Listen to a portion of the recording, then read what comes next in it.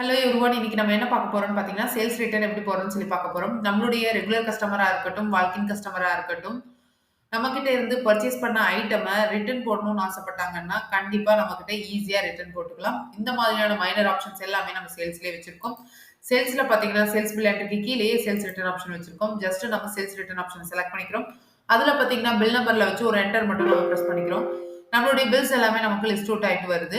அதுல பார்த்தீங்கன்னா, bill number வைஸாவும், bill rate வைஸாவும் நம்ம சர்ச் பண்ணி நம்மளுடைய பில்ல எடுத்து ரிட்டர்ன் போட்டுக்கலாம். நம்மகிட்ட ஆல்டர்னேட்டிவா இன்னொரு சொல்யூஷன் கூட இருக்கு.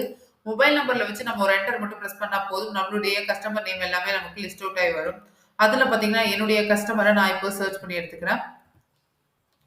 என்னுடைய கஸ்டமர் நேம் சிம்ரன். அவங்களுடைய பில்ல நான் இப்போ சர்ச் பண்ணி எடுத்துட்டேன்.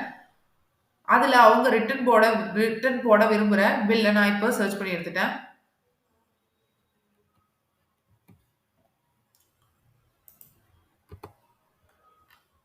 நெக்ஸ்ட் பார்த்தீங்கன்னா, அவங்க இந்த கூட்ஸ் டேமேஜ்டா இருக்குன்னு சொல்லி தான் ரிட்டர்ன் போட விரும்புறாங்க.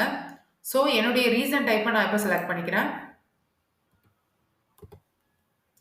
ஜஸ்ட் நம்ம ஒரு சேவ் ஆப்ஷன் மட்டும் குடுத்தா போதும். நமக்கு பேமெண்ட் என்டர் ஷோ ஆகுது. இதுல பார்த்தீங்கன்னா, என்ன மோட் ஆஃப் பேமெண்ட் நான் பண்ண விரும்புறேனோ, அத நான் இப்ப செலக்ட் பண்ணிக்கிறேன். நான் கேஷ்ல குடுக்க விரும்புறேன். ஜஸ்ட் நான் கேஷ் செலக்ட் பண்ணிக்கிறேன். அந்த பில்லுடைய அமௌண்ட் வந்து நமக்கு இங்க செலக்ட் ஆயி ஷோ ஆகுது. இப்ப நான் பார்த்தீங்கன்னா, பில் மட்டும் எனக்கு சேவ் பண்ணா ஓகே. ஸோ நான் சேவ் ஆப்ஷன் குடுக்குறேன்.